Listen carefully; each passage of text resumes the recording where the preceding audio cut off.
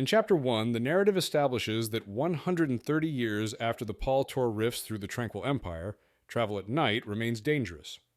Only those with imperial tokens may safely use protected roads and lodges, while most people live and sleep behind unprotected walls. The Empire's promised shield of peace and prosperity has never protected everyone. 300 years earlier, venerables of the Heart Temple warned against imperial expansion and the concentration of power in a single military clan. Imperial authorities responded by censoring their writings, executing the venerables as witches, and sealing their bones into the Empire's roads. After the Pall arose during the reign of the Azalea Emperor, it was discovered that the imperial roads repelled the Pall and its spores. Official records credit this protection to imperial theurgists and wardens.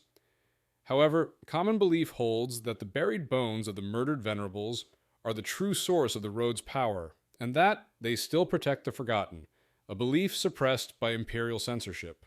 In Chapter 2, Ellen, a deputy courier, travels her monthly circuit through the Moonrise Hills with her nephew Kem, whom she has permission to bring to experience courier life before Declaration Week.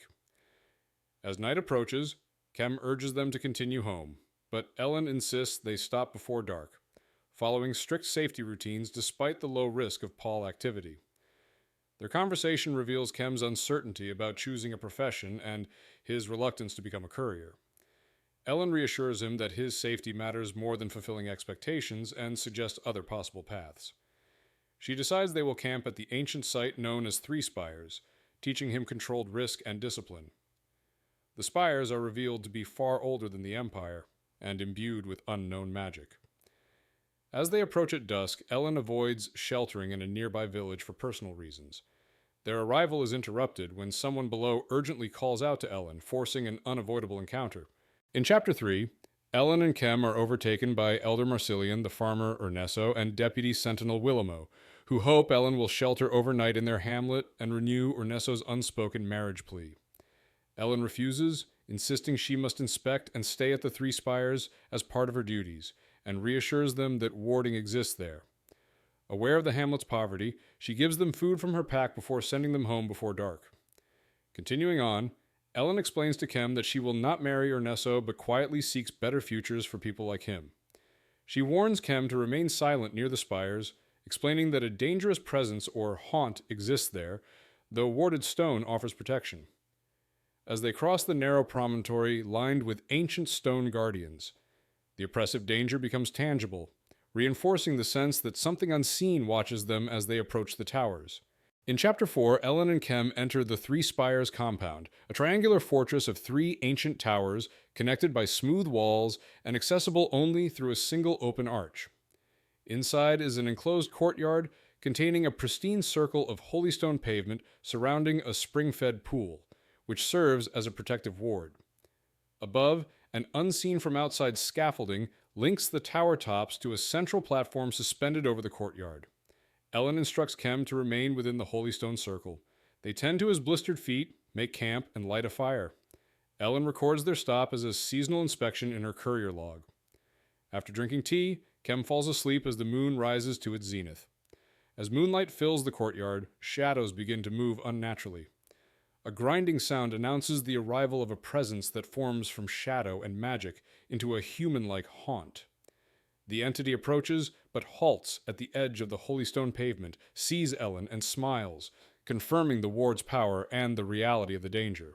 In Chapter 5, Ellen speaks with the manifested haunt, who recognizes her from her repeated journeys past the spires and claims she is like him in some unknown way.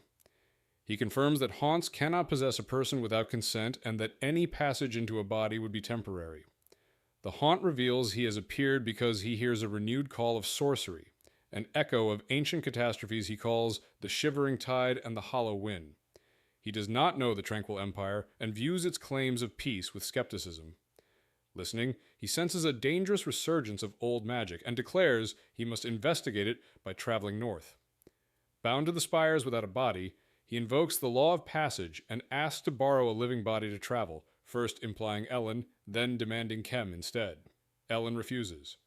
As the moon reaches its limit, the haunt loses the ability to manifest and vanishes, leaving Kem asleep and Ellen shaken but unharmed.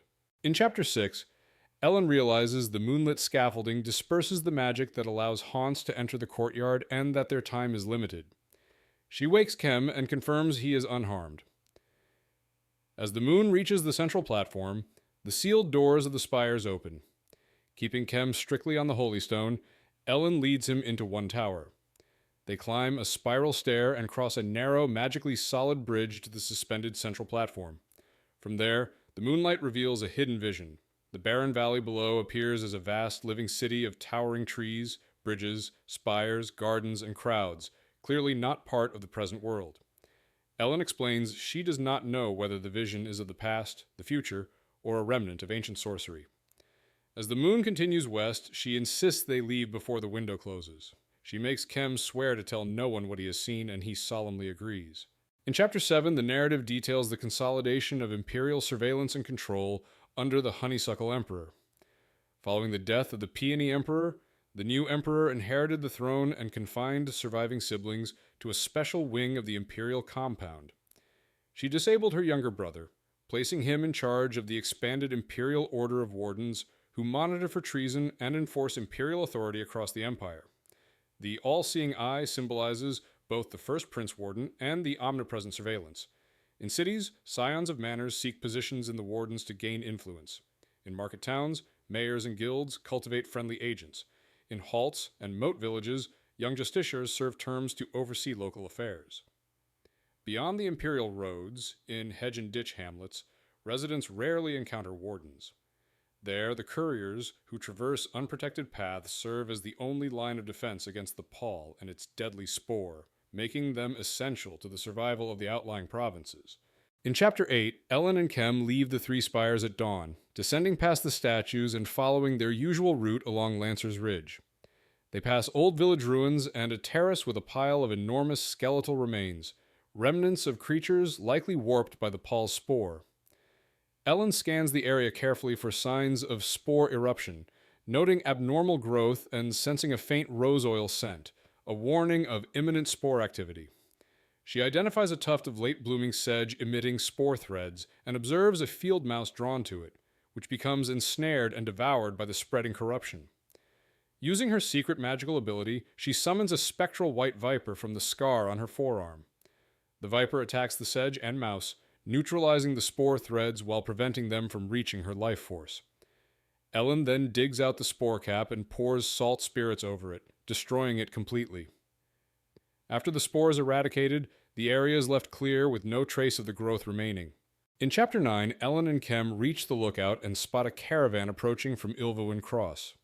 Using her spyglass, Ellen identifies 6 wagons under the Imperial Order of Conveyors and the Imperial Engineers banner, accompanied by 2 additional cargo and passenger wagons under the Merchants Guild. Guard lynxes and winged watch wyverns protect the caravan, while outriders from a shield guild ride ahead. 3 fast, well-drawn carriages overtake the slower caravan, the rear pulled by bronze aurochs, the middle by golden horses, and the lead by 4 obsidian panthers, all bearing the Imperial Order of Wardens insignia. Ellen realizes that the Prince Warden himself is visiting Orletter Halt, likely unknown to the Intendant. She and Kem descend the ridge quickly via woodland paths, streams, and outlying gardens to reach the lowland plain. Along the way, they encounter Joef, who joins them excitedly.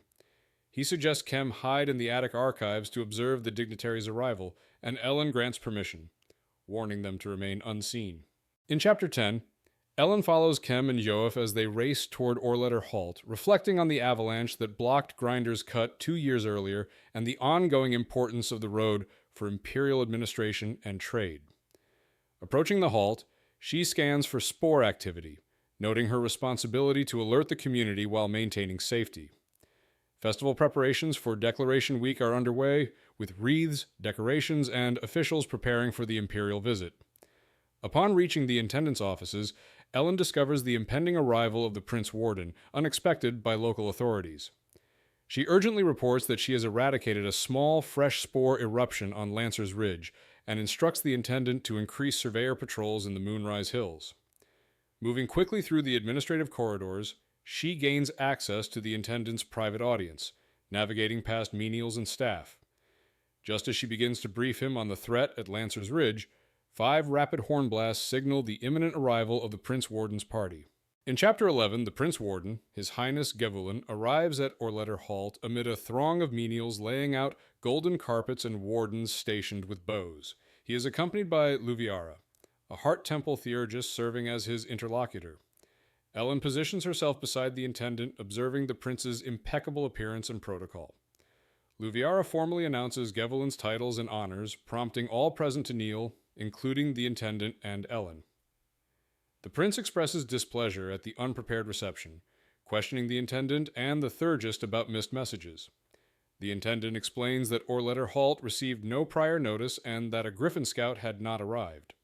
The prince insists on haste and declares the party must depart for far boundary vigil despite the road north being blocked by a 2-year-old avalanche. He orders a bath and quick meal before departure within the hour. Ellen notes the subtle tension between the prince and the theurgist, sensing that something unusual is afoot. In Chapter 12, Ellen accompanies Prince Gewulin through the imperial suite at Orletter Halt, a wing rarely opened and lavishly decorated. She observes the prince's attendants, 2 young people and menials, prepare him for his bath, stripping and washing him with precision and care. The prince himself remains focused and unbothered by the presence of onlookers, including Ellen, the intendant, his valet, and the theurgist interlocutor, Luviara. Afterward, he dresses in fresh garments and proceeds to the dining hall, where he eats without comment, leaving food for his wardens. Ellen follows the entourage, noting the absence of attention toward her and the wardens. Once the prince departs in his carriages, Ellen discusses the situation with the intendant, and Juliana, noting the road north to Far Boundary Vigil, is blocked by an avalanche. They realize the prince's rapid journey north may be a political gambit, possibly orchestrated by rivals to either test or compromise him, as there is no known emergency requiring his presence. In Chapter 13, Ellen informs the intendant that she destroyed a fresh spore eruption at Lancer's Ridge, which had caught a mouse. The spore was confined to a single sedge plant and had not spread. Recognizing the severity, the intendant orders increased patrols, though resources are limited. Captain Ginion requests additional deputy sentinels, which the intendant agrees to fund through emergency means. Ellen prepares for patrol, coordinating with the captain to track the spore along Lancer's Ridge for 6 days, ensuring she will return in time for Kem's declaration day. Arrangements are made for Kem to stay safely with Archivist Hayati during her absence. After finishing her reports in the intendancy logbook and confirming the spore's location on the map, Ellen takes a brief rest and prepares supplies. She also shares a light-hearted moment with Kem and Joef before heading out, balancing her duty to the Empire with care for her nephew. Chapter 14 explains the hierarchical structure of the Tranquil Empire, emphasizing order as the foundation for stability. The Emperor holds the First Estate, responsible for shielding the Empire and maintaining harmony. The Crown Prince occupies the Second Estate, prepared to assume the Emperor's role if necessary. Princes of the Third Estate are eligible to ascend to the Second Estate. The Fourth Estate includes princes born in the Flower Court to a prince or consort. Children born outside the Flower Court to Fourth or Third Estate, princes belong to the Fifth Estate, while subsequent generations born outside lose princely status and belong to the Sixth Estate. Fifth and Sixth Estate princes are numerous but hold little influence. Below the princely estates are the manors, followed by the Empire's general subjects, each assigned a profession and place through declaration, approved by justiciars and the imperial administration. The Grand Ladder of 100 steps codifies all ranks, with the original kept in the Diamond Archives. Acting outside this order is considered a threat to imperial stability. In Chapter 15, Ellen arrives at the merchant quarter of the caravanserai, preparing for her patrol to monitor Spore. She is granted a private bathing room and washes thoroughly, reflecting on her childhood memories as an atoner, her escape from the Pall, and her life with Oving and Kem in Orletter Halt.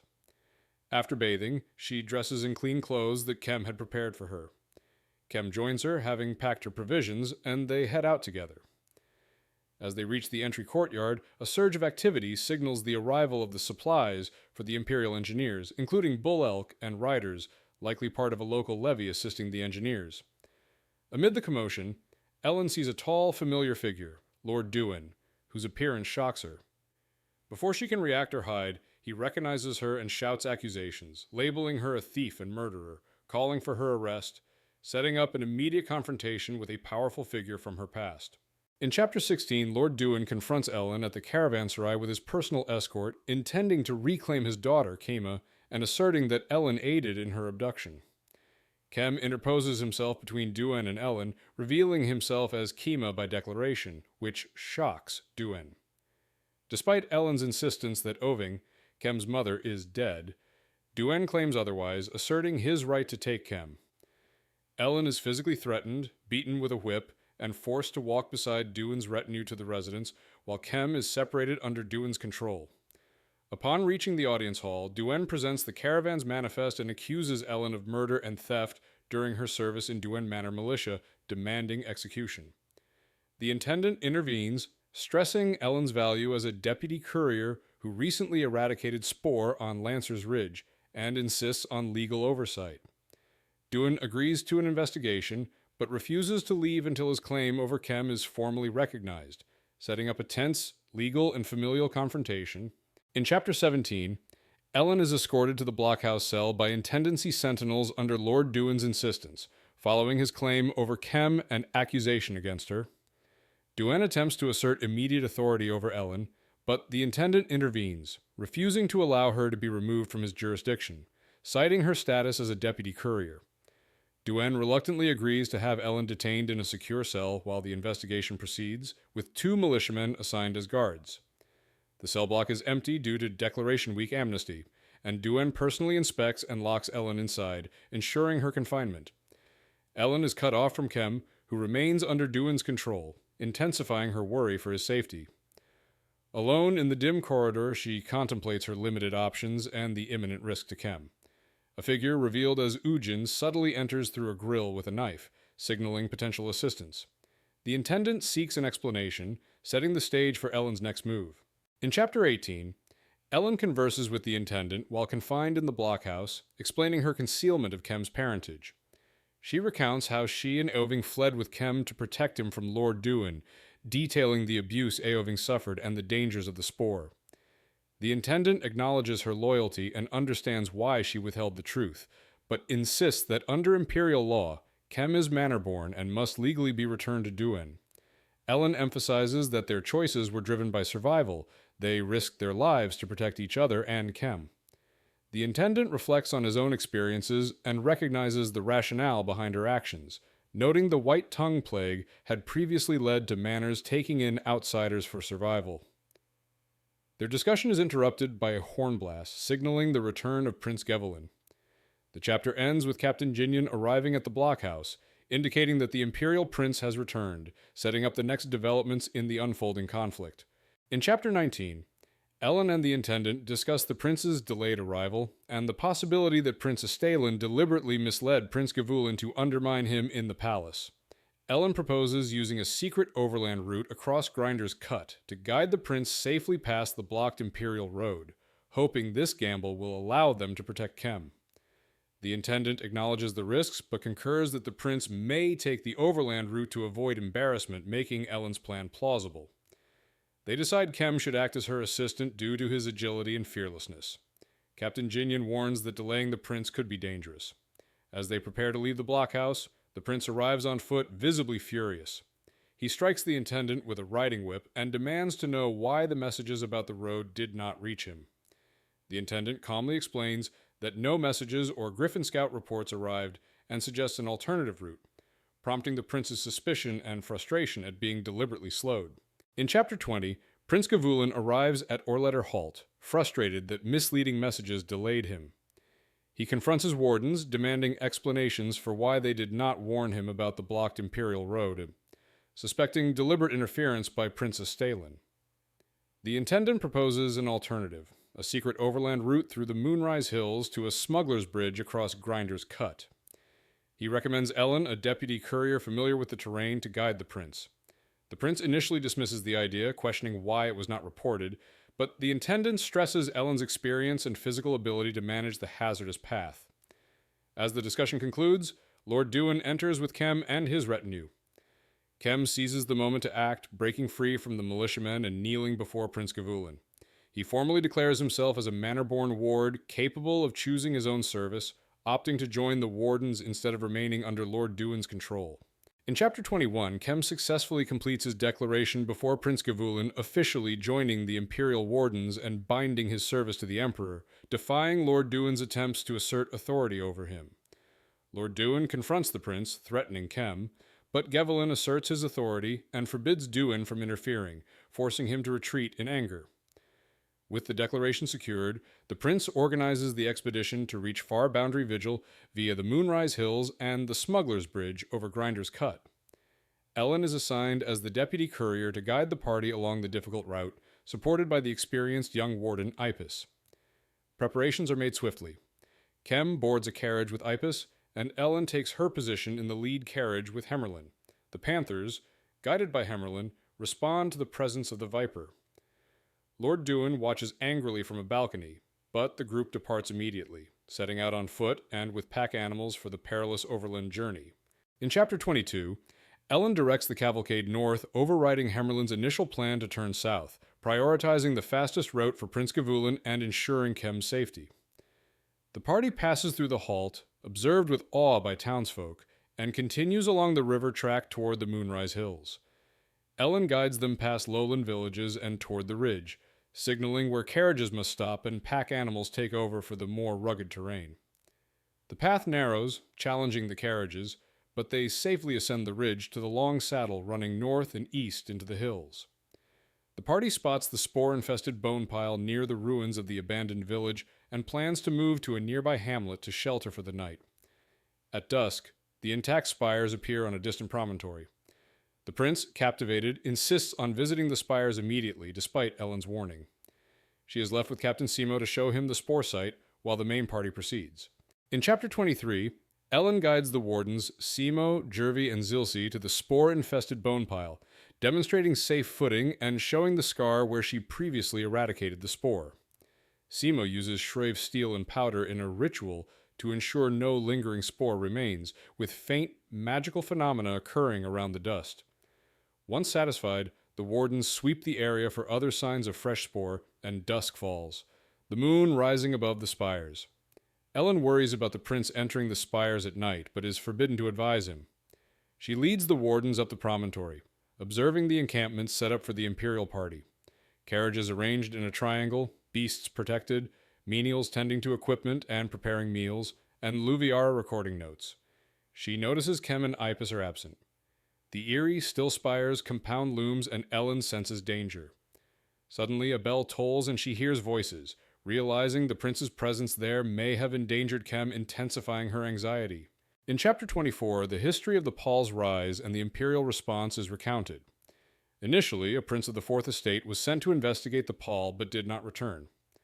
A prince of the Third Estate was then dispatched and also vanished. The Crown Prince, newly elevated to the Second Estate and renowned for intelligence, beauty, and competence, offered to take responsibility, but the Emperor refused and rode out himself.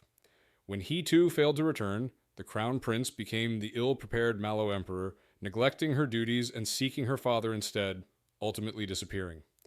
Her uncle then crowned himself the Oak Emperor, ruling rigidly as the pall spread and the empire suffered massive casualties. Against expectations, the original prince of the Fourth Estate returned, having explored the pall and proposed protective measures, which the Oak Emperor rejected. After the Oak Emperor's death within a month, the prince ascended as the Willow Emperor and established the bureaucracy that sustains the empire to this day. In Chapter 25, Ellen wakes at dawn in the camp, relieved that Kem is safe after the previous night's events. She is approached by Luviara, the Thurgist, who questions her about the prince, his feint, and her knowledge of the spires. Ellen answers cautiously, demonstrating her familiarity with the Three Spires ruins, the Holy Stone pavement, the springs, and their history. Luviara discusses her own research on the spires, noting conflicting accounts from the Wisdom of the Four Sages and Catechism of the Lost Days, including theories about the Ivor and the Builders, and the possibility that the statues represent or embody the Builders. Ellen carefully limits her responses, providing local knowledge while avoiding sensitive speculation. The conversation touches on sorcery, ancient powers, and the potential dangers of the spires, while highlighting Ellen's discretion and experience. The chapter ends with Prince Gavulin appearing behind Ellen, surprising both her and Luviara, signaling the next phase of their journey and her continued role as guide. In Chapter 26, Ellen interacts with the prince, who may be influenced or possessed by a haunt, and his retinue, including Theurgist Luviara, wardens, and Chief Menial Hemerlin. Observing the prince's unusual behavior, she carefully conveys a pragmatic suggestion through Luviara to leave the carriages and beasts at Orletter Halt and travel with a smaller party through the Moonrise Hills, ensuring a faster and less burdensome journey while still respecting local resources. She emphasizes safety for the villagers and efficiency for the prince's mission. The prince immediately approves her recommendation, overriding Hemerlin's objections, and signals that they will proceed with the minimal necessary party. Hemerlin reprimands Ellen for speaking out of turn, accusing her of insolence and ambition, but she conceals her relief and maintains her composure. Kem, now part of the Warden party, is already moving ahead with Ipis. Ellen's guidance and decisive advice solidify her role as the essential navigator for the prince's expedition through the hills. In Chapter 27, the prince's party departs with the carriages left behind for speed, and Ellen leads the small expedition into the Moonrise Hills. She sets the pace, followed by Zilsi, Jervi, Simo, Fulmo, Gevelin, Kari, Luviara, Hemerlin, Kem, and Ipis. Ellen guides the group past High Horse Valley, explaining the history of the area, including the past spore eruptions and the abandoned village caused by the root and branch eruption. The prince observes the landscape with interest, accompanied by wardens and the Theurgist Luviara, while Kem and Ipis act as rearguard and assist Hemerlin, who struggles with the climb. They pause at a traveler's campsite among cypresses for rest and refreshments. Ellen confirms the route ahead, noting that Hemerlin cannot maintain the pace, and the prince orders him to return to Orletter Halt escorted by another. The group prepares to continue towards Fendiamote, with the prince asserting that Kem and Ipis should proceed with the journey rather than being held back. In Chapter 28, the prince's party resumes its journey into the Moonrise Hills, with Ellen leading the way. Fulmo repacks supplies and continues with them, while Simo gathers the remaining wardens. The group ascends and descends rugged terrain, pausing at Thistle Spring to drink from the pure water spring and rest. Kem and Ipis remain in the rear, assisting the winded Hemerlin. Ellen monitors the party, ensuring safety and maintaining pace. They reach Fendiamote near sunset, where villagers and the Archon prepare to host the prince. Ellen is assigned to stay at the Heart Temple, a modest hostel with a fountain and basic accommodations. She prepares her supper and cleans herself, appreciating the rare comfort and order. Throughout the evening, she reflects on Kem's safety and her own decisions to withhold certain truths, feeling anxious about his potential anger. As night falls and the village quiets, she notices movement in the temple fountain, a naked man standing in the water under the moonlight. In Chapter 29, Ellen awakens to find the haunt inhabiting Prince Gavulin's body standing in the temple fountain. The haunt explains that a passage spell temporarily transfers him into the prince's body, allowing him to act without the prince's awareness, though he has no access to the prince's thoughts or memories. He cannot leave the body for now, and must navigate carefully to avoid suspicion from the wardens. Ellen confirms that Kem's acceptance as a warden protects him from Lord Duin, which is her priority. The haunt identifies himself as one of the Shorn, warriors from a past war, and explains that the statues are entry points, not petrified people. They discuss the prince's status, a third estate prince with potential to become crown prince, traveling toward far boundary vigil along imperial witch roads. Ellen provides a summary of recent events, including the need for the detour caused by the blocked northern road, and agrees to guide silently while the wardens manage the journey. She reveals her name as Ellen, and the haunt offers his as Gesavura Alalin before departing the temple. In Chapter 30, Ellen rises before dawn in Svendiamote and shares a quiet meal with Custodian Ralt, who informs her that a palace messenger passed through delivering provisions. She sets out to meet the prince and his wardens, joining them as they leave the village, observed by curious locals. The party enters woodland and upland forest, with Ellen leading, Zilsi and Jervi behind her, the prince, Fulmo and Luviara in the middle, and Ipis and Kem as rearguard, while Simo ranges along the line.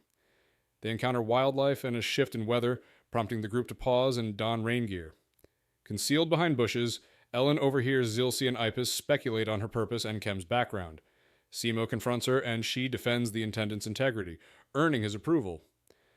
The group resumes the march, with Ellen warning about potential dangers from desperate locals and emphasizing silence. Rain begins in earnest as they continue toward the next Heart Temple for overnight lodging. In Chapter 31, Ellen leads the prince's party through the rain-soaked uplands, reflecting on her childhood habit of taking the vanguard to avoid spoor. Villagers from Verlia Moat and Roderin Ditch kneel in reverence as the prince passes, presenting gifts and showing respect, while Ellen observes discreetly. The haunt in the prince's body touches each child and moves past the villagers, leaving Ellen unsure of the emotions he conveys. She explains to him that villagers revere a prince as a distant, precious figure. As they continue through forested hills, Ellen spots possible threats, including a lynx and its swalter, prompting vigilance. Simo and Ellen discuss the presence of unknown swalter packs and the location of the next Heart Temple. They reach a petrified oak marking the spring below, where the haunt pauses silently, assessing the environment. He declares that speech restrictions will not impede them and instructs Ellen to lead the descent into the valley toward their next destination. In Chapter 32, Ellen leads the prince's party to a Heart Temple for overnight shelter. They descend into dense trees, passing through gardens and orchards, and are received with reverent bows by the temple's residents. The custodian guides them across ditches via plank bridges to the hostel, a large, barn-like space with rope beds, wash basins, and a hearth. Simo expresses concern over the accommodations, but the haunt, in the prince's body, insists mission needs take priority. Fulmo sets down his pack, and the wardens choose beds around the haunt. Ellen uses the moment to speak privately with Kem, who confronts her about his father's death, expressing anger and frustration. She explains she followed his mother's lead and regrets withholding the truth. Afterward, the group is called to dinner in a wood-paneled chamber. The custodian blesses the meal and steps outside, leaving them to eat. The haunt observes the others carefully, and Simo initiates a customary pedagogical discussion, while Kem chooses to listen rather than speak. In Chapter 33, the party continues their evening at the Heart Temple. Ipis initiates a discussion about the Ivor, asking Luviara about their history and behavior. Luviara explains her encounters with forest and sea wolves, the bequeathers, and the complexities of their societies, emphasizing that Ivor vary in temperament and are distinct from humans. Simo stresses the danger the Ivor pose due to their strength and abilities. Zilsi recounts her brother's death fighting the Ivor and explains her motivation for becoming a warden, prompting Kem to reveal his own lifelong desire to become a warden, which surprises and saddens Ellen. The haunt, listening attentively, encourages Luviara to finish her story of a captured Ivor prisoner for the benefit of those who have not heard it. As evening progresses, the custodian signals the closure of temple activities, prompting the group to retire to the hostel. In darkness, Ellen is awakened by the haunt, who wishes to show her something. In Chapter 34, Ellen follows the haunt out of the temple hostel into a hidden garden courtyard she had never seen. The haunt leads her to a moonlit bas-relief tree, where water flowing from its branches forms a reflective moon mirror. Stepping closer, Ellen sees the haunt's reflection in the water, including a shadowy, dragon-like essence behind him. As she steps forward, her own reflection appears, revealing the viper entwined in her chest. The haunt explains that the mirror shows their true essence and that her viper reflects her instinct for tracking spoor. Their moment is interrupted by two lynxes, each ridden by three horned swalters, who confront the haunt with hostility. He diplomatically diffuses the encounter, asserting he merely passes through and sends greetings to their clan mother. Once the swalters retreat, Ellen reflects on her distraction and focus, the importance of her courier duties, and the bell as a trace of sorcery, noting that the swalter's knowledge of it is incomplete or deceptive. In Chapter 35, the text explains the historical and cultural significance of heart temples within the Tranquil Empire. All heart temples share a standardized layout: an entry gate, courtyard with a fountain, annex for healing or aid, a hostel for indigent travelers, and a holy altar tended by the custodian. Healers and theurgists serve under the emperor, dedicating their lives to the temple and the empire, and those with decades of service are honored as venerables. While legends attribute the first temple to the Lotus General or to sorcerer kings, no official records confirm these claims. Archival documents instead reference local temple constructions authorized by intendants or archons, often for a prestige rather than spiritual purpose. Early imperial memoranda mention temple repairs concurrent with road rebuilding. Fragmentary chronicles suggest venerables sometimes oppose the empire's founding. Despite uncertain origins, the text concludes that heart temples predate the Tranquil Empire and have historically unified communities guiding social and spiritual life across generations. In Chapter 36, Ellen maintains a fast pace along the upland path, keeping ahead to avoid close interaction with the Haunt, Gesavura Alalin, while wrestling with the moral dilemma of his possession of Prince Gevelin's body. Over 5 days, they pass villages where locals kneel in respect. The Haunt touches the heads of children, leaving a sense of blessing. On the 5th day, they reach Piskiamot, a lakeside settlement of 2,139 people. The Archon welcomes the prince, escorting him to the village's well-appointed Heart Temple and hostel. Ellen stays in the annex where she meets Oflidu, a charwoman who nervously presents a small brass ornament depicting a griffin's head. Ellen identifies it as part of the harness of an Imperial Griffin Scout, possibly related to a missing scout. Oflidu explains she found the ornament after her grandchild had gone to Cloudberry Ridge to gather late harvest berries, risking the Archon's wrath. This discovery hints at connections between the artifact and Imperial operations. In Chapter 37, Ellen learns from Oflidu that her grandchild discovered the remains of a Griffin Scout and its mount near Cloudberry Ridge, with the Griffin's harness ornament found by Oflidu. The Scout and Griffin had died from a fall, and animals had scavenged the bodies. Oflidu had removed the ornament for safety and entrusted it to Ellen, who promises to keep both the charwoman and her grandchild anonymous. Ellen plans to use one of her tokens for a meal at the hostel while considering next steps. She asks Warden Ipus to summon Captain Simo to speak privately. Ellen informs Simo they are within an hour of Cloudberry Ridge, which overlooks Eludia Halt and the main avalanche blocking the road. She explains the prince's lack of knowledge about the long-standing barrier and suggests it may be useful for him to see it firsthand. Simo hesitates but acknowledges that the observation could provide practical insight for navigating the obstruction. In Chapter 38, the party departs the village, leaving the Archon behind, with only Ellen, the Haunt, in the prince's body, Simo, Zilzi, Jervy, and Fulmo continuing up Olu Ridge. Fulmo carries supplies and ensures the prince's safety. Ellen and Zilzi lead the climb, observing the rugged terrain and discussing the rarity of spoor in the hills. Along the ascent, Zilzi notes Ellen's unusual familiarity with the region and asks if she is a spy or related to the Intendant, which Ellen denies. They reach a vantage point overlooking the slope where the dead griffin and its scout lie among the rocks, along with the massive avalanche that buried Eludia Halt. Iron spikes and harnesses mark the rescue points for survivors trapped above the debris. The Heart Temple below is partially buried, its custodian spared. Ellen recalls the rescues, second avalanche, and the unresolved grief of Kem and Eoving. The Haunt notices her preoccupation and inquires about her state.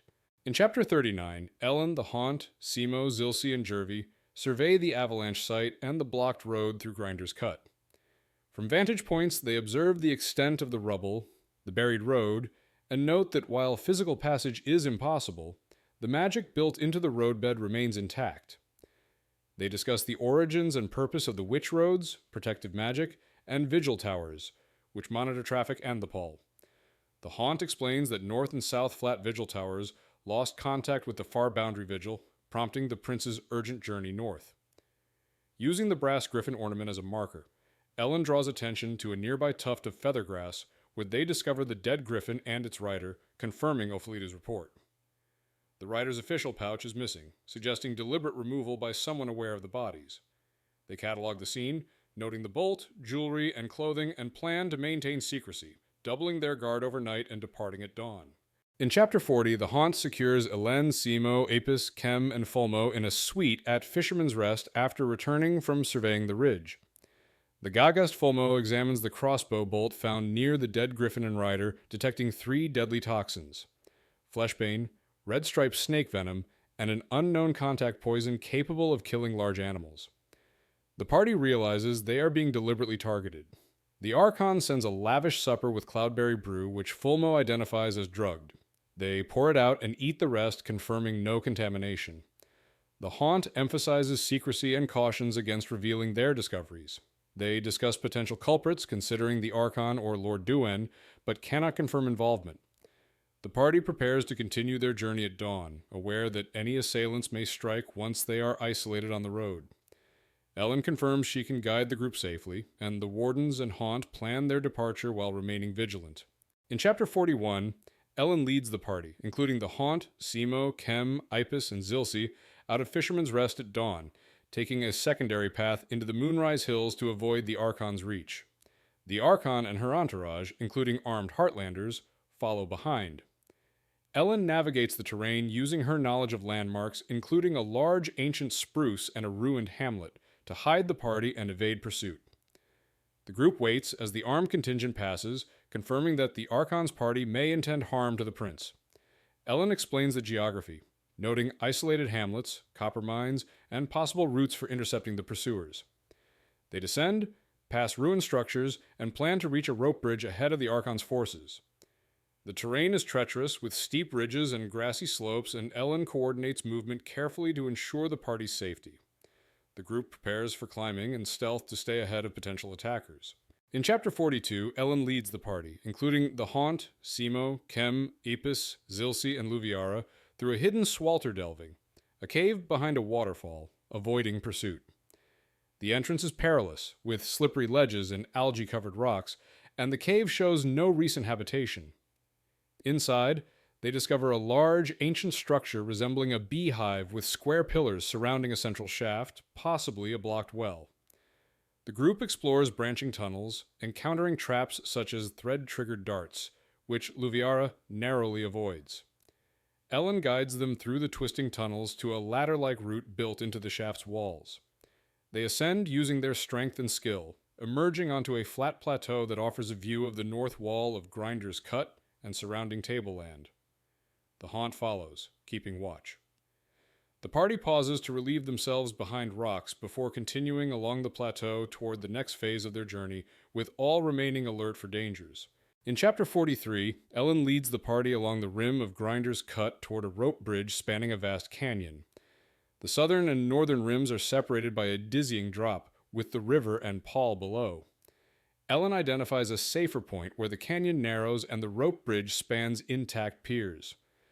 The party, including Luviara, Kem, Zilsi, Simo, Jervy, and the Haunt, navigates the precarious ledges and terraces, staying alert for pursuers. The Haunt observes the canyon intently, while Simo and Wardens take positions to secure the area. Iron rings fixed to the rock face allow them to attach a rope across the gap. Kem, experienced from prior practice, is chosen to cross first, swinging hand over hand along the rope to the first pier, anchoring it securely for the others. Once in place, the rope is taut and safe, signaling it is now Ellen's turn to traverse the bridge. In Chapter 44, Ellen secures 2 additional ropes across the rope bridge, ensuring Kem's lower rope is fully anchored before crossing. She moves cautiously, aided by a safety loop, while strong wind and the dizzying drop threaten her balance. Pursuers fire arrows from the rim, narrowly missing her. Kem guides her, counting steps and keeping her focused. Once across, they work together to rig the rope structure with 2 upper and 2 lower ropes taut and secure. The party shelters briefly in a small ledge cave, discovering a rolled bundle in canvas. From this vantage, they observe the pursuers stalled several hundred paces away, blocked by Fulmo and Zilsi. Kem unrolls a plank section to create a makeshift walkway. Arrows continue to fly at him, but he maintains composure. The Haunt intervenes, rescuing the wounded Jervy, and the group continues across the precarious ropes to the sturdier spans of the permanent bridge, narrowly evading enemy soldiers. In Chapter 45, Ellen crosses the remaining rope bridges with care, ensuring the safety ropes are secure while the wind threatens her balance. Pursuers remain behind, attempting to follow across the precarious spans, and some fall due to missteps. The party reaches the north rim, where Zilsi congratulates Ellen and the Wardens tend to the injured Jervy, who reassures them despite shallow chest and shoulder wounds. The Haunt calls Ellen aside to help retrieve Fulmo, who had thrown himself over the cliff. They descend a steep path toward the riverbank, where the Gagus lies partially submerged in the Paul. Using her Viper, Ellen neutralizes spore remnants on Fulmo, while the Haunt handles a spore-infested mouse. Fulmo's body undergoes a transformative shedding of skin, emerging renewed with a brighter, coppery tone. Fully recovered, Fulmo and the Haunt begin ascending the north face, while Ellen drinks from the icy river, regaining strength and preparing to follow, aware the pursuers remain a threat. In Chapter 46, Ellen reflects on the origins and purpose of the imperial roads. According to imperial archives, the Lotus General and his heirs built these roads early in the empire to allow rapid military movement and efficient warden communication, even faster than Griffin Scouts.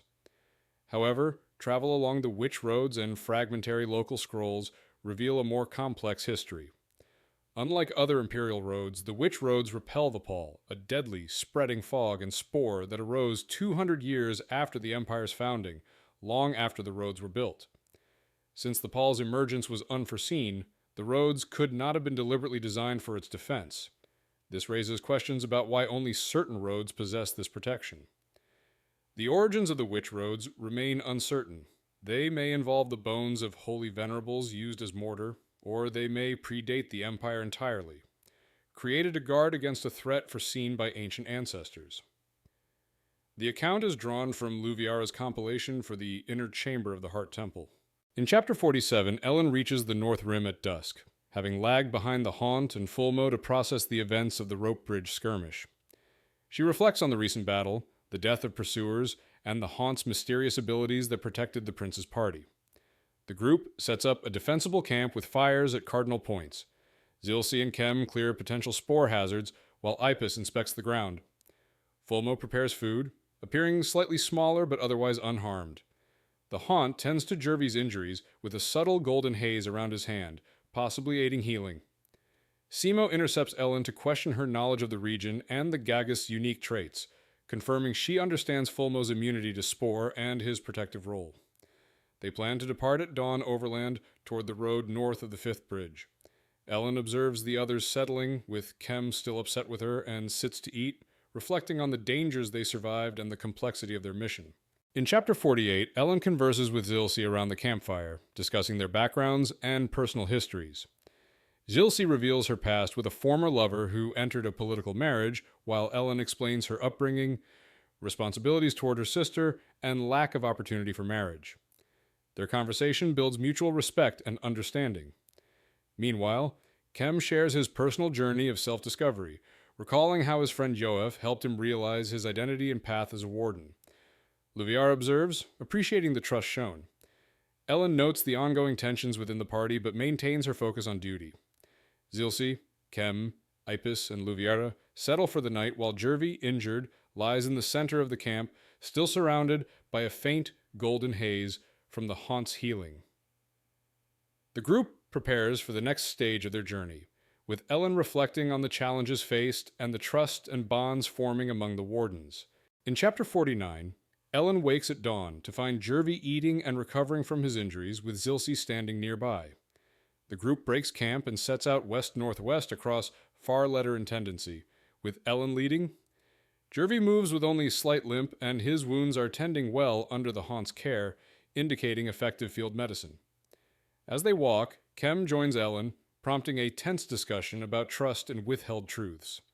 Ellen admits she and others protected him during his childhood, revealing that she killed the Duin Manor captain who was raping his mother and rescued Kem. He struggles with anger and confusion over these revelations, and they walk in silence, processing the weight of the past. The exchange allows Kem to understand some of his mother's experiences and the reasoning behind Ellen's actions. The group continues along the trail with Kem's emotions raw, but he remains alongside Ellen, neither turning away nor speaking further for the time being. In Chapter 50, Ellen and the group continue west-northwest toward the Imperial Road. The Haunt, Kem, Simo, Jervy, and Zilsi move ahead to investigate a recently used temporary campsite, likely for smugglers or bandits. They scout and corral 3 men inside an abandoned cottage, discovering evidence of stolen produce, copper ingots, unpolished gems, and a missing griffin corpse pouch. The men claim to be innocent woodcutters, but their hoarded goods prove otherwise. The Haunt delegates handling the captives and assigns the rest of the party, including Ellen, Luviara, Fulmo, Ipis, and Kem, to stay back. After clearing the village, they reach the Imperial Road, a well-maintained elevated stone route. The Haunt negotiates passage with local farmers, Tiller McKell and Drover Nesset, whose wagons will transport the party to Farletter Halt, avoiding bandit interference. Ellen rides in the second wagon, observing the road, the wagons, and the organized progress of the group towards safety. In Chapter 51, Ellen and the party arrive at Farletter Halt, a modest but organized residency along the Imperial Road. The haunt enters the plaza with authority, bypassing protocol, while the intendant, Beryl, scrambles to greet him properly. He commands that the party, including Ellen, be accommodated and that Jervy receive medical attention. The haunt insists that Ellen, the deputy courier who guided them across the cut, remain with the party for her safety, overriding Simo's objections about her being a minor provincial courier. He emphasizes that her knowledge is crucial to avoid danger from the Archon's agents during their return. Orders are given to prepare food, baths, and clean clothes, and to send sentinels to collect the captured smugglers. Ellen observes the strict hierarchy and the interplay of power at the residency, noting that, though invisible to official records, her presence is now secured by the prince's decree, ensuring she remains with the group for the night and their planned departure north at dawn. In Chapter 52, Prince Gevelin is escorted by Intendant Beryl and her sister in a lavish carriage, while Zilsi explains palace politics, including the Intendant's hope to secure a child with the prince to elevate her own manor's influence. The party, including wardens and Ellen, travels north through Farletter Intendancy, using posting houses to change horses and maintain a fast pace. Ellen is confined to barracks for lesser officials, separate from the warden's accommodations, and interacts with Kavna, a friendly menial. A surveyor, Barry of the Imperial Order, questions Ellen about crossing Grinder's Cut and discusses Paul development, recounting the loss of his friend Rotho in the desolation and the dangers of mapping shifting terrain. After several days, they reach Itumiel Halt, where Beryl attempts to manage the prince's travel but is sharply dismissed. As they approach Flatpal, Ellen notes the Pal's inert shoreline and the witch road leading through it, realizing the prince's urgency to reach Far Boundary Pal remains a secret. In Chapter 53, Prince Gevelin's party arrives at the vigil announced by the Intendant's carriage horn. Wardens await them on the bridge, followed by spore-hunting dogs. Inside the vigil, the road narrows, controlling access, and the party passes through gardens, stables, and official buildings to a plaza dominated by the 6-story vigil tower. The prince is greeted by Captain Queels and her wardens, who offer to prepare horses or travel carriages for crossing Flatpal, but the prince chooses to stay for the night. Ellen is taken aside by the vigil's chief menial to help in the kitchen with preparations for the prince's meal. She performs her duties under observation, earning approval for her composure and prior travel experience. Once the prince and wardens are seated for dinner, he instructs Luviara, the Thurgist, to read all messages in chronological order to review intelligence for the mission. The prince insists that Ellen, the deputy courier, remain present despite the sensitivity of warden matters overriding Captain Quail's objections. In Chapter 54, Vigil Captain Quails reads the messages to Prince Gavulin confirming that Far Boundary Vigil has gone silent. A man claims to have crossed Far Boundary Pal and seeks the prince as an envoy of a far northern lady king under a mutual assistance pact. Prince Gavulin's prior orders had been to detain the man and travel immediately to Far Boundary Vigil, but no response was received from Captain Mekvo. Captain Quells had sent Warden Enchi to investigate, also receiving no reply. Alarmed by the silence, the prince decides to personally investigate the situation. He instructs Simo and Zilsi to manage the carriages for the journey, with Fulmo keeping pace on foot. Ellen, the deputy courier, remains with the party despite concerns about her involvement. Preparations are made for travel at dawn, with barracks and storerooms readied. Ellen rests on a pallet in the storeroom, contemplating the mysterious envoy, the Lady King, and the prince's secret mission, feeling unease as the vigil settles into an uncanny silence. In Chapter 55, Ellen awakens at the vigil, sensing a magical presence and rising to investigate. She finds the vigil largely asleep and notices the iron portcullis raised, allowing passage beneath it. She crawls through the narrow tunnel under the road, emerging into the vigil's port of entry and observing the inspection chambers and security measures, including cages for spore-corrupted individuals. Crossing the raised road, she reaches the Pal, where a figure revealed as the Haunt kneels, stirring currents in the stagnant, dying Pal with an eerie light. He greets her, explaining that this Pal is inert, unlike Far Boundary Pal, and that he seeks a source of sorcery with a distinct resonance. He clarifies the nature of the Shorn, souls inhabiting bodies through a passage spell, and outlines his mission: to investigate ancient sorcerer kings and possibly reconnect with other Shorn. Ellen confirms the existence of a far northern land beyond Far Boundary Pal and details the Broken Witch Road. They stand together side by side, respecting the passage spell, contemplating the mission and mysteries ahead. In Chapter 56, the party sets out at sunrise from South Flat Vigil, traveling across the Pall using 2 Sunchaser carriages and Fulmo on foot. The carriages are fast but uncomfortable, carrying food and packs, while Zilsi and Simo manage the horses. The group notes the unusual stillness of this northern stretch of Flat Pall, contrasting with Ellen's memory of the southern Pall, and wonders if Palls can die or transform. They cross a hidden river beneath the elevated road which the Pall conceals, and Zilsi recounts the story of a prince navigating a river to survive Spore, eventually seizing the throne as the Willow Emperor. Discussion turns to Prince Gavulin's motivations, his rise as all-seeing eye, rivalry with Princess Stalin, and the strategic secrecy surrounding blocked roads and the avalanche. Zilsi explains that Gavulin's inner circle includes Simo, his mother, the elegant consort, Hemerlin, and possibly Fulmo, highlighting the Warden's role as observers of the Empire's pulse and the broader political maneuvering among the Imperial heirs. In Chapter 57, the party leaves North Flat Vigil, leaving the Pall behind, and boards Sunchaser carriages with their horses quarantined. Wardens inspect the carriages, and Ellen undergoes thorough personal and pack inspection, including a bath in a spore-safe Holy Stone chamber. The group proceeds into Woodfall Province, noting the distinctive scent of Hallowwood and observing plantations under the control of Pellis Manor North, a branch of the 6 noble manors.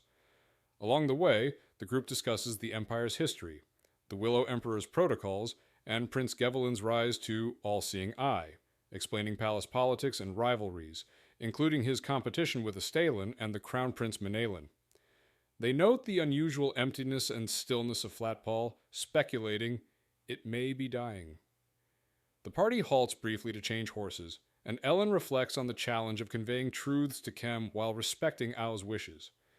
Late in the afternoon, they pass a vandalized Hallowwood plantation, indicating unrest at Pellis Manor North, signaling potential danger ahead. In Chapter 58, the history and influence of the great lineages, later known as manors, is explained. During the era of the 7 Golden Kingdoms, clans spread widely across all kingdoms, welcoming kin regardless of language, accent, or local allegiance, which often made them more loyal to their clan than to regional kings. This growing power prompted kings to persecute clans. When the Lotus clan rose to conquer the 7 Golden Kingdoms and formed the Tranquil Empire, many clans supported the rebellion. The Heart Temple's Thurgists aided the Lotus rebels, securing autonomy over temple matters while serving the Empire and granting the palace authority over theurgy, a rare magical art. In return, loyal clans were granted protection by earth spirits called geniuses and renamed manors in honor of their grand estates. These manors became the foundation of the Empire, providing ministers, generals, magistrates, financiers, consorts, and informers. Imperial stability depends on nurturing alliances with the manors. In Chapter 59, the party arrives at Pellis Manor North, a fortified estate with a moat, watchtower, griffin mews, and livestock pens, all linked to the Imperial Road by a Holy Stone spur. The manor's burning ground reveals a freshly executed sea wolf, likely an Ivor spy, shocking the wardens. The Haunt investigates the remains briefly before rejoining the party. As they approach the manor gates, the genius of Pellis Manor, a protective earth spirit, manifests as a swirling ash funnel. Interlocutor Luviara identifies the party and requests entry for Prince Gavulin and his entourage.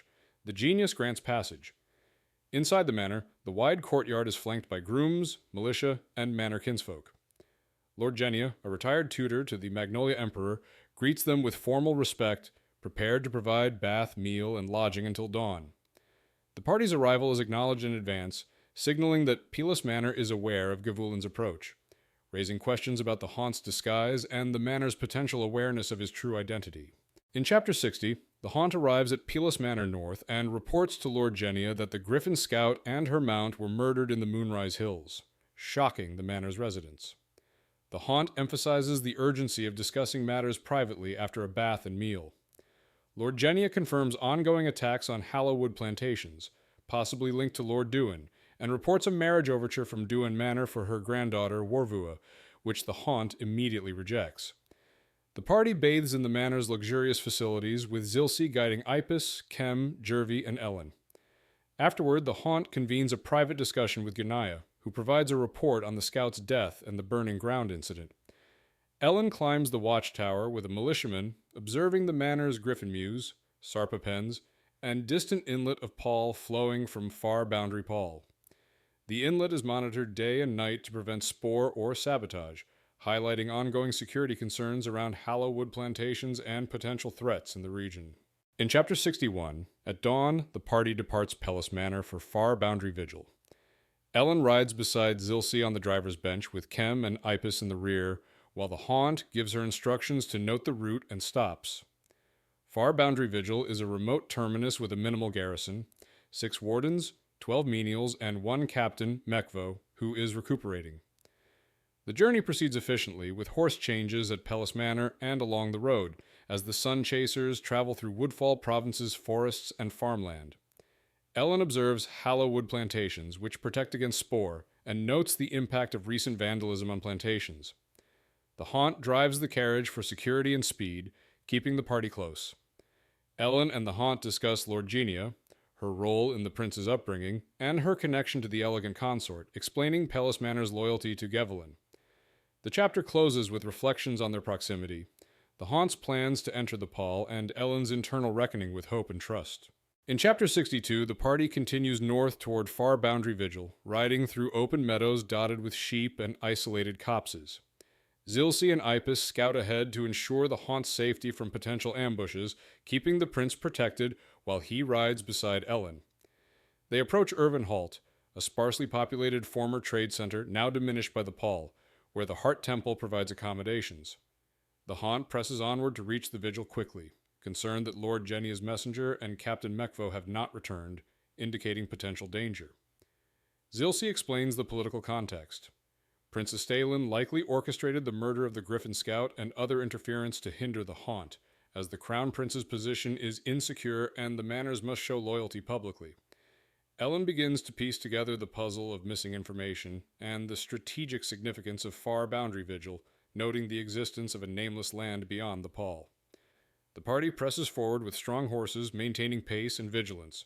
In Chapter 63, the party reaches Sheepbladder Halt in mid-afternoon after a hard day's ride. The provincial magistrate, flustered at the arrival of a prince, provides 2 carriage horses, a riding horse, and mounts left by a prior messenger, but no additional carriage horses are available. The party leaves 1 Sun Chaser behind and reorganizes. Jervy rides 1 horse, Ellen another behind the carriage, while Fulmo and Jervy cover the rear guard and Zilsey with Ipis the vanguard. The countryside flattens, and night falls as Fulmo stops, sensing danger, but the Haunt reassures them he is unharmed. Traveling along the Witch Road, Ellen notes the protective glow against unseen spore. They approach Far Boundary Vigil, the terminal outpost which appears abandoned. Gates open, lights out, no inhabitants present, and a pervasive ashy smell. Simo orders the wardens to search the tower and outbuildings, while Ellen and Kem tend the horses. Luviara is directed to examine the tower records for clues regarding missing wardens or messages. The Haunt prepares to leave the courtyard, accompanied by Ellen. In Chapter 64, the Haunt leads Ellen to the outer terrace of Far Boundary Vigil overlooking the Pall. She observes the broken causeway and recalls crossing it as a child with Ao. The Haunt explains that the Pall is alive in its own way, with currents and swirling souls beneath its mist, producing a steady, heart-like rhythm. Firefly-like lights glimmer across its surface. They descend to the shoreline, where the Pall's mist and echoes stir memories for Ellen of her perilous childhood crossing. The Haunt expresses urgency to hear Ellen's story, lacing their hands together as she recounts how she and Ao traversed the Pall with nothing to lose, discovering land beneath the mist and sensing something vast and beyond measure. Their intimate exchange conveys mutual understanding and deep emotional connection. The Haunt declares he cannot remain in the prince's body and must leave. As he steps into the Pall, the mist erupts with a smoky, dragon-like apparition. Ellen pulls him free just in time as the Haunt flashes away into the Pall. In Chapter 65, Ellen collapses beside the prince after pulling him free from the Pall. The wardens and Kem arrive, checking both her and the prince for spore, finding them clean. Simo and the wardens carry the prince into the tower to warm him, while Ellen struggles to control the viper inside her, which eventually escapes into the Pall. Alone, She grieves the loss of the haunt, realizing he left because he could not remain in the prince's body. Kem comforts her, helping her inside the stables, where a fire warms them, and they tend to the horses. Zilsey prepares a meal, and Ellen eats while regaining composure. She explains to Kem the truth about the haunt. He had borrowed the prince's body to reach the pall, searching for other shorn and traces of sorcery to prevent the Sorcerer King's return. Ellen begins to share her own past and her mother's history, preparing to reveal long-held truths to Kem. In Chapter 66, Ellen recounts her childhood in the nameless land beyond the pall, where she and Ao served as atoners, walking ahead of courts to detect Spore. Ao's coming of age threatens her elevation to retainer status, which would expose her to sexual abuse, prompting Ellen to seek escape. During a violent Spore attack at a villa, Ellen steals supplies, uses Spore to kill pursuing soldiers, and flees with Ao north along the Holy Road. Hunted, they reach the White Sea and discover the road ends at a collapsed bridge. Ellen deduces the pall recedes unevenly and guides Ao across a dry channel to another section of road, escaping pursuit. Later, they face another impassable break. Ellen carries Ao through shallow pall, sacrificing herself to ensure Ao's safety. Instead of dying, Ellen's heart breaks open and a viper hatches within her, devouring Spore and allowing her to survive. Reunited, the sisters cross safely into a new land and begin new lives. In Chapter 67, Ellen wakes at Far Boundary Vigil after revealing her past to Kem and grieving the haunt's departure. Luviara confronts Ellen about the murdered Griffin Scout and the prince's secrecy, but Ellen insists her task is finished and intends to return to Orletter Halt. Captain Simo summons Ellen to the tower, where she is interrogated by the true Prince Gavulin, now fully in control of his body. He reveals he was conscious during the haunt's possession and knows everything that occurred, including Ellen's bond with the Viper. Gavulin declares Ellen part of his personal household and threatens Kem's life to ensure her obedience. He intends to use Ellen and the Viper as a perfect, undetectable weapon to secure the throne. Luviara interrupts with urgent news, leaving Ellen alone to reckon with her captivity. Kem later joins her, deducing the prince's plan and pledging secrecy. Ellen realizes her life and Kem's safety are now bound to the prince's ambitions.